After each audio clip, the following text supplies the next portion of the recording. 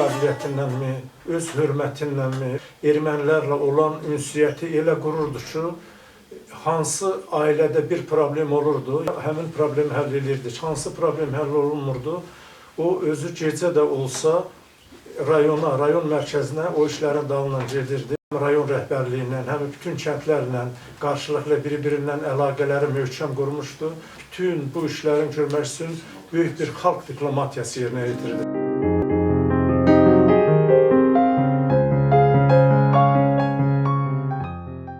Gölkənd bizim kənd.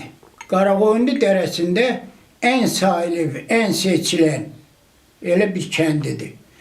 Gölkənd planı ət, süd, dövlətin verdiyi planı ödəməsə, elə bilir rayonun bir neçə faizi geri düşürdü. Elə bir təsərrüfatıdır. Gölkəndin quruluşu himindən yaxşı olub, himindən təmiz olub, təmiz əllərdə olub, şəffaf əllərdə olub. Kənardan bizim kənddə heç bir millət yaşamayıb Azərbaycandan başqa. Yəni öz millətimiz yaşayıb, biri-birinə şirin olub. Qarasimin devrində səhər tezdən 3-də 4-də dururduq. Gedirdik bir ileyiz, maşın yük, ot, mal yemi. Gətirib bazıya boşaldırdıq. Gedirdik, kərəntiçi aparırdıq. Kərəntiçi gətirib qoyurduq. Fəhlə, bizim maşın fəhlə çörək yiyən kimi yerdə ondan ot yığan aparırdıq. Saat kimi işləyirdik. Gölkənd çox şəyxəli, çox qüvvəli, çox böyük bir təsərrüfatıdır. Gözəl məktəbi var idi, gözəl müəllimləri var idi. Qaraqoyunlu dərəsində 5 para kəndin təsirini Gölkənddə alırdılar. Cəmaat gözəl şərait qurub, ev tikib, yaxşı bağ salandan sonra ermənilər cəmaatı yerindən, yurdundan elədi.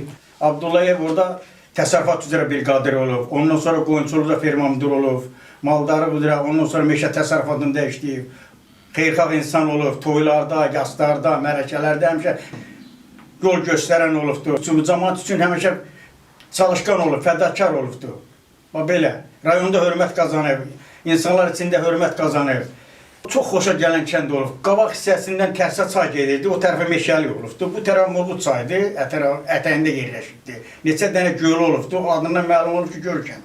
12 kilometrlikdən həmən bu Abdullayev dayım, Qarasim Abdullayev su çəkdidir, basenlər düzəltdidir, tikdidir. Hər bir evə növbəyə o vaxtda səhə ilə gedirdilər, soğaqdan su daşıyırdılar. Ancaq onun devirdən sonra hamının həyətində su, ona kimi də məğrur düşmanlar tərəfindən çox da istifadə olunmadı. 88-ci ildə bizi də deportasiya ilə oradan köçürdülər.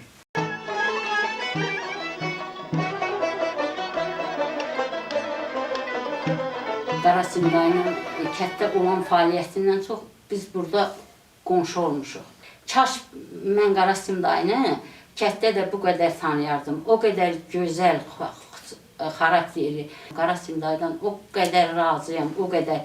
Çox gözəl qonşuluğu, çox gözəl insani keyfiyyətləri. 90 yaşı münasibəti ilə Qarasim dayını təbrik edirəm. Bundan da uzun ömür yaşasın. Cavan yaşlarından təsərrüfatda ferma müdür işləmişəm, baz sortayım işləmişəm. Sonra 9 il soğur direktor işləmişəm.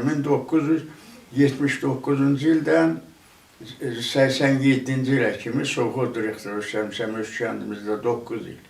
İşlədiyim dövrdə kəndin abadlaşmasından uşaq bağçası yaratmışam. Məsələn, kənddə çörək sexi təşkil etmişəm. Ayrı-ayrı bal nisə yaratmışıq. Köməksiz ailələrə el olub ki, tək qadınlar olub, köməksiz ailə ev olmayıb, ona soğuzun hesabına ev tikdirmişəm. Sonra bizə rayondan maşınlar verildi. Mən onun zəhmətkeş ailələrə, çobanın ailəsinə, uşaqlarına bəlkə 10-15 maşın vermişəm kasıb ailələrə, maldarlıqda işləyənə, qoyunçuluqda işləyənə.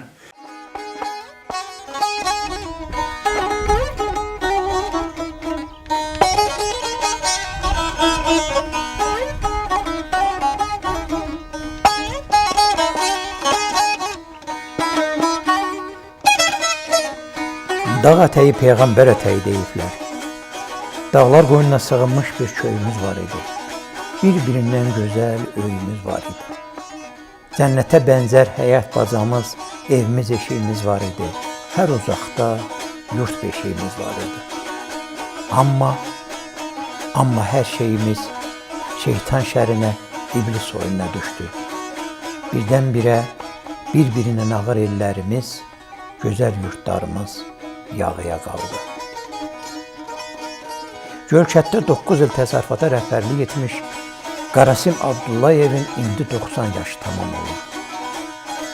Kəndinə, işinə bağlı olan zəhmətkeş bir insan kimi həmişə həm təsərrüfat qabaqcılı olmağa çalışmış, o zamankı sosialist öhdəliklərini yerinə yetirməklə yanaşı Gölkəndlilərin dolanışığı üçün bacardığını eləməyə çalışmışdı.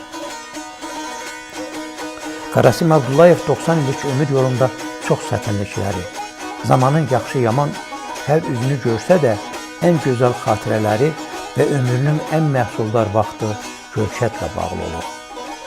Ömrün bu ahıl çağında da gözü könlü yenə o qədim yurtdadır.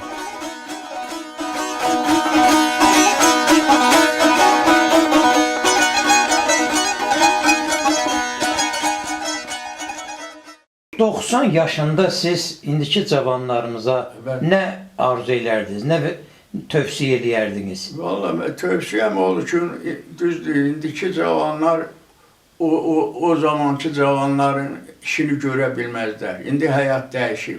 İndiki cavanlar da o məsələ tövsiyem olur ki, lazım olsa Ermənistan məsələ barışıqlıq eləyirsə, ata-baba torpaqlarımızı geçsinlər, yəli eləsinlər.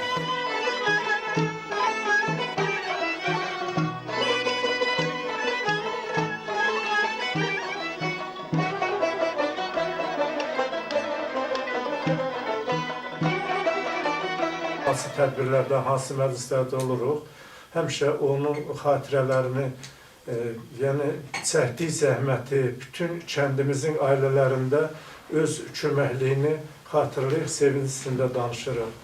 Bu gün də çox xoşbəxtəm ki, 90 illik yubileyində onunla bərabərik və ona bir daha möhkəm can sağlığı, uzun ömür.